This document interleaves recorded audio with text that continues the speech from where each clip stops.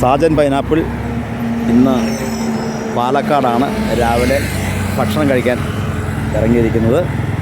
ഇപ്പോൾ സമയം രാവിലെ 9:45.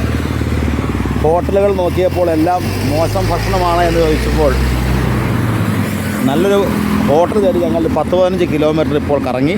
ഇവിടെ ഒന്നും കാണുന്നില്ല. പക്ഷേ ഫാമിലി സഹിതം ഷാപ്പിൽ കയറി കഴിച്ചാൽ മോശമാണോ അല്ലയോ എന്ന് വെച്ചാൽ അറിയില്ല. എന്തായാലും നല്ല ഒരു ഭക്ഷണം കിട്ടുന്ന ഒരു സ്ഥലമാണെന്ന് പറഞ്ഞു കേട്ടു.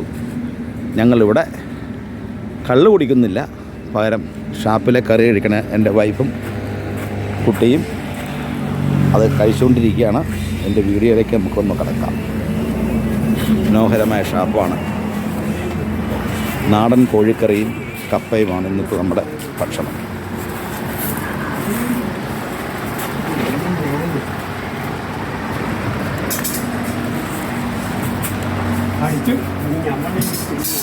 മനോഹരമായ ഷാപ്പാണ്.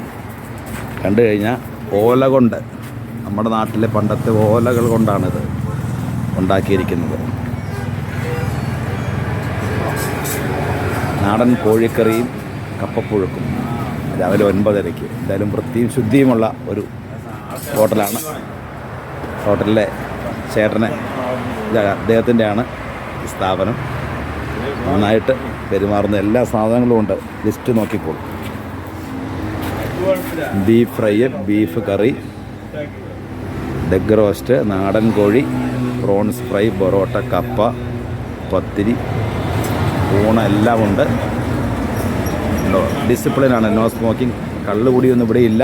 എൻ്റെ പുറവശത്താണ് കള്ള് ഷാപ്പ്. ഒക്കെ എൻ്റെ മുറികൾ ഓരോന്നും കാണാം. വളരെ മനോഹരമായ മുറിയാണ്. തെങ്ങിൻ്റെ ഓല കൊണ്ട്, പനമ്പായ കൊണ്ട്. പാലക്കാട് ജില്ലയിലെ മനോഹരമായ ഒരു ഷാപ്പാണ് നമ്മൾ കാണുന്നത്. മുറികളുമെല്ലാം.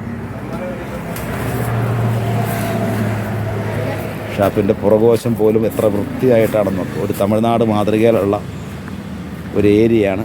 ഒരു പാലക്കാടൻ ലുക്കിൽ മാവുകളും പരിസരങ്ങളും എല്ലാം അടങ്ങിയ അതിമനോഹരമായ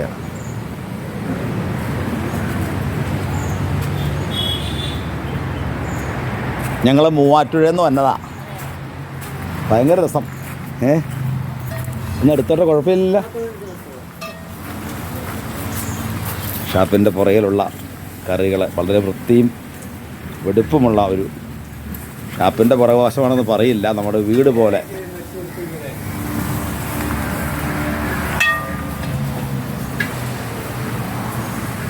വിറക് ആണിവിടെ, ഗ്യാസ് അല്ല എന്ന് തോന്നുന്നു. കരിവേപ്പില കണ്ടു,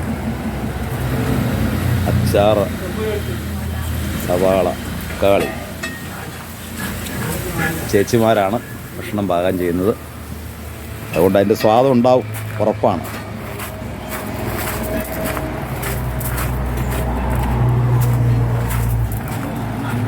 അതുപോലെ നല്ല വീഡിയോയുമായിട്ട് ഇനിയും വരാം.